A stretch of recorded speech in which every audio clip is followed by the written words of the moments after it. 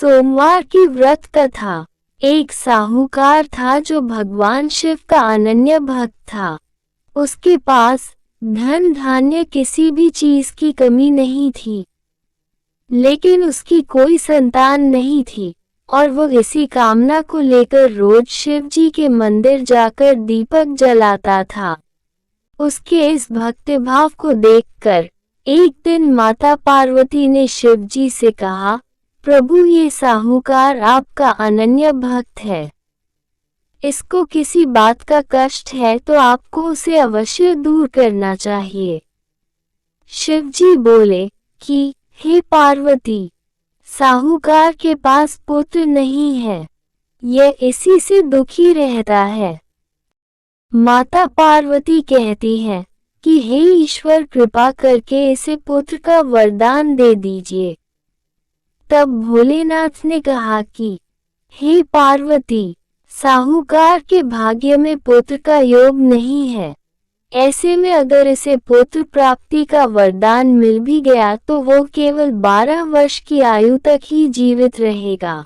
ये सुनने के बाद भी माता पार्वती ने कहा कि हे प्रभु, आपको इस साहूकार को पुत्र का वर देना ही होगा, अन्यथा भक्त क्यों आपकी सेवा पूजा करेंगे।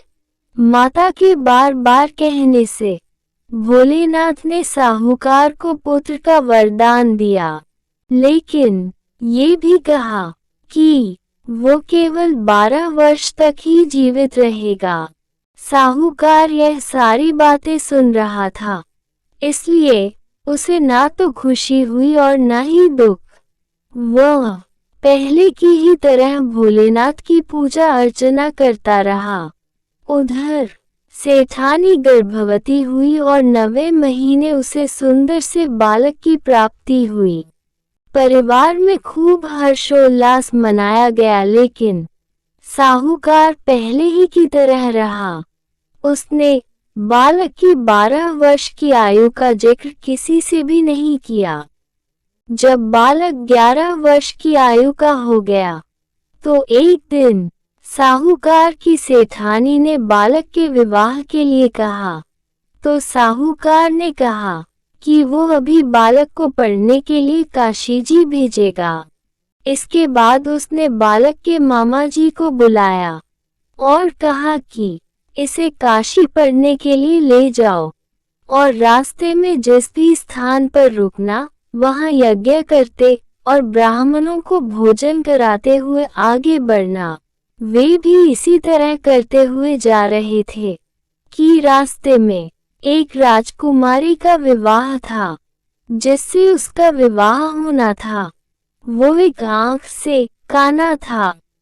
तो उसके पिता ने जब अति सुंदर साहूकार के बेटे को देखा तो उनके मन में आया कि क्यों न इसे ही घोड़ी पर बिठाकर शादी के सारे कार्य संपन्न करा लिए जाएं। तो उन्होंने मामा से बात की और कहा कि इसके बदले में वो अथाह धन देंगे, तो वो भी राजी हो गए।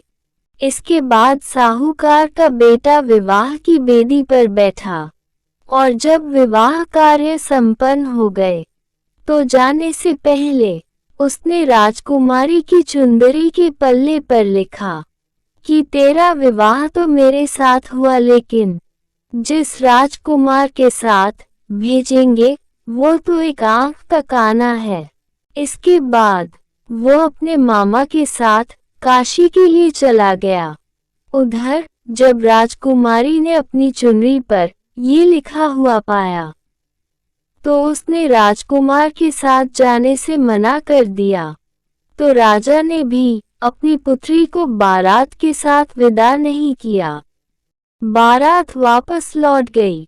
उधर मामा और भांजे काशी जी पहुंच गए थे।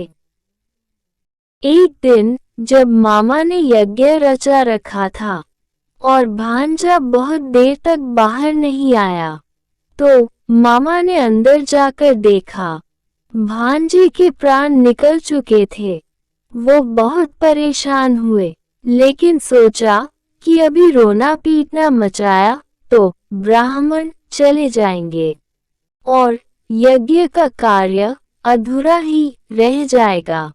जब यज्ञ संपन्न हुआ तो मामा ने रोना पीटना शुरू किया।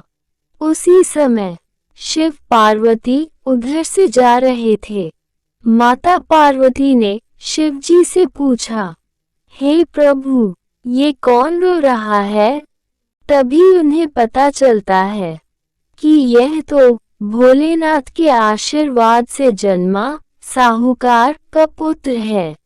तब माता पार्वती कहती हैं कि हे स्वामी, इसे जीवित कर दे, अन्यथा रोते रोते इसके माता पिता के प्राण निकल जाएंगे।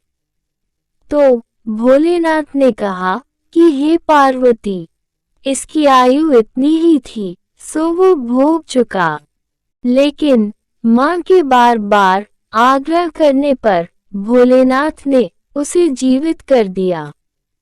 लड़का ओम नमः शिवाय करते हुए जी उठा और मामा भांजे दोनों ने ईश्वर को धन्यवाद दिया।